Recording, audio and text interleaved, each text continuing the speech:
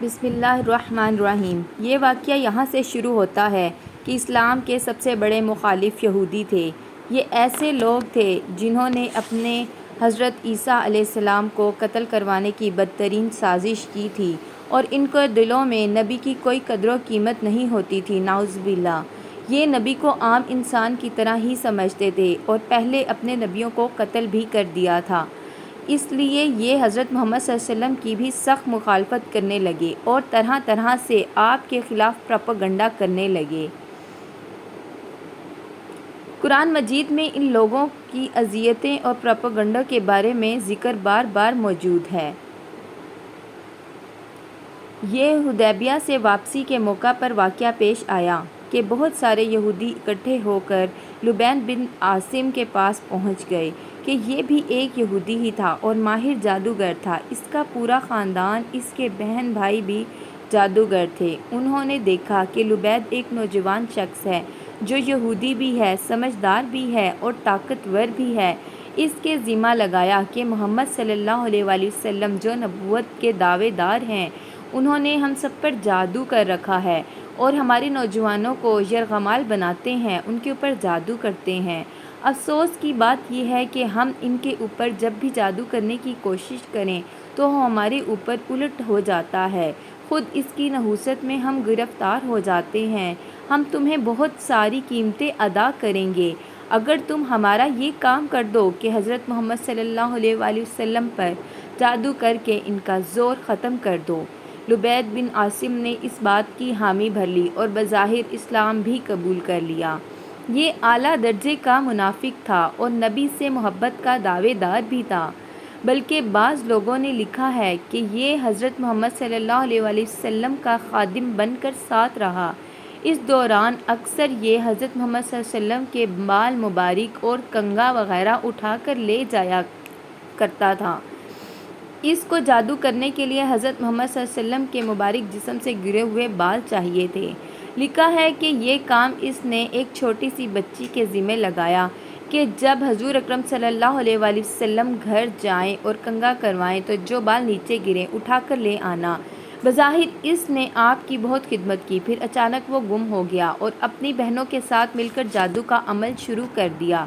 جب جادو کا عمل مکمل ہو گیا تو آپ صلی اللہ علیہ وسلم پر کبھی کبھی اثر ہوتا، مگر یہ کوئی خاص نہیں تھا، بلکہ تھوڑی سی دیر کے لیے ہوتا تھا۔ اس سارے عمل میں نبوت کے فرائض میں کوئی کمی یا کوتاہی پیش نہیں آئی، حتیٰ کہ جادو عروج پر پہنچ گیا اور آپ صلی اللہ علیہ وسلم کو محسوس ہوتا کہ کسی زوجہ محترمہ کے پاس گئے ہیں، مگر آپ اس کے پاس نہیں گئے ہوتے۔ اسی طرح کسی کام کے بارے میں آپ کو محسوس ہوتا کہ آپ نے وہ کر لیا ہے، مگر حقیقت میں نہیں کیا ہوتا تھا۔ اس دوران کوئی غلط بات آپ کے منہ سے نہ نکلی اور نہ ہی دعوت و تبلیغ میں کوئی فرق آیا، بلکہ دنیاوی کام جیسے روزمرہ کے ہوتے تھے، ان میں کبھی بھی تردد پیدا ہو جاتا۔ جب اثر بڑھنے لگا تو آپ صلی اللہ علیہ وسلم کافی بیمار ہو گئے اور آپ ایک روز آپ کے خواب میں دیکھا کہ دو شخص آپ سے ملنے آئے۔ ایک پاؤں کی جانب بیٹھا اور دوسرا سر مبارک کی طرف بیٹھا تھا۔ جو سر مبارک کی طرف بیٹھا اس نے دوسرے سے پوچھا کہ ان کو کیا ہو گیا ہے، تو دوسرے نے جواب دیا، ان پر جادو کیا گیا ہے۔ پہلے نے کہا، کس نے جادو کیا؟ تو دوسرے نے کہا، ان پر لبید بن عاصم جو قبیلہ بنو زرین کا شخص ہے اور وہ منافق ہے، اس نے جادو کیا۔ پہلے شخص نے پوچھا، کس چیز میں جادو کیا؟ دوسرے نے بتایا کہ کنگھی اور بالوں میں۔ پہلے نے پوچھا، اچھا کنگھی اور بال کہاں رکھے ہیں؟ تو دوسرے نے بتایا کہ نر کھجور کے درخت کی چھال کے اندر، پتھر کی چٹان کے تلے، زربان کے کنویں میں۔ آپ جب اس خواب سے بیدار ہوئے تو خوشی کے لہجے میں حضرت عائشہ صدیقہ رضی اللہ تعالیٰ عنہا سے فرمایا کہ میں جو چیز معلوم کرنا چاہتا تھا وہ مجھے اللہ تعالیٰ نے بیان کر دی ہے، یعنی جادو اور بیماری کا مسئلہ جو تشویش کا باعث تھا، وہ تشویش اب ختم ہو گئی ہے۔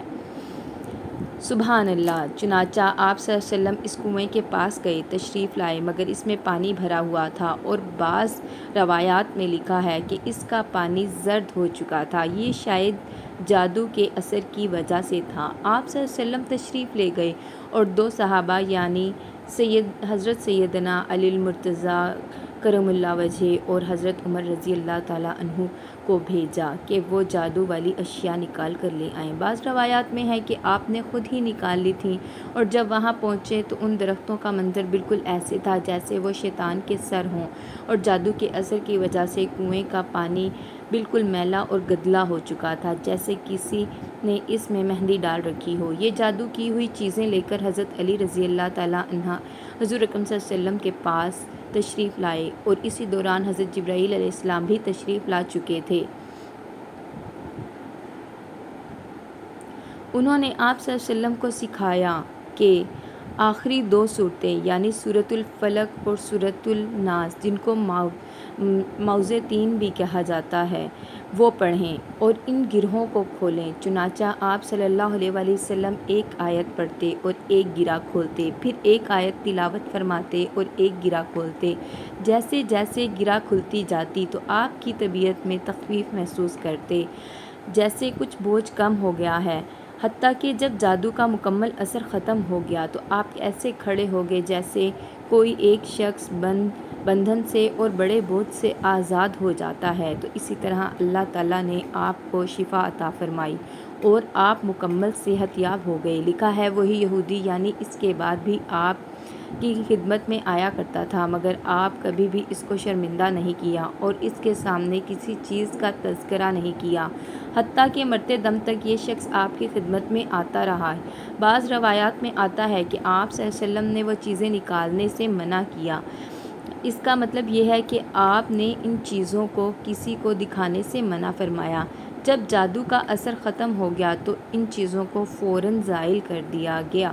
آپ سے کسی شخص نے کہا کہ آپ ان چیزوں کو ظاہر کریں تاکہ لوگ ان یہودیوں کی اصلیت کا چہرہ دیکھ سکیں، مگر آپ صلی اللہ علیہ وآلہ وسلم نے فرمایا، جس کا مفہوم کچھ اس طرح تھا کہ مجھے اللہ تعالیٰ نے شفا عطا فرما دی، اور مجھے یہ چیز پسند نہیں کہ برائیوں کو پھیلاؤں اور ان کا تذکرہ عام کروں۔ وہ صبح شام سورۃ فلق اور سورۃ ناس کی تلاوت کیا کریں، جس کو بھی ایسا لگے کہ اس کے اوپر جادو ہے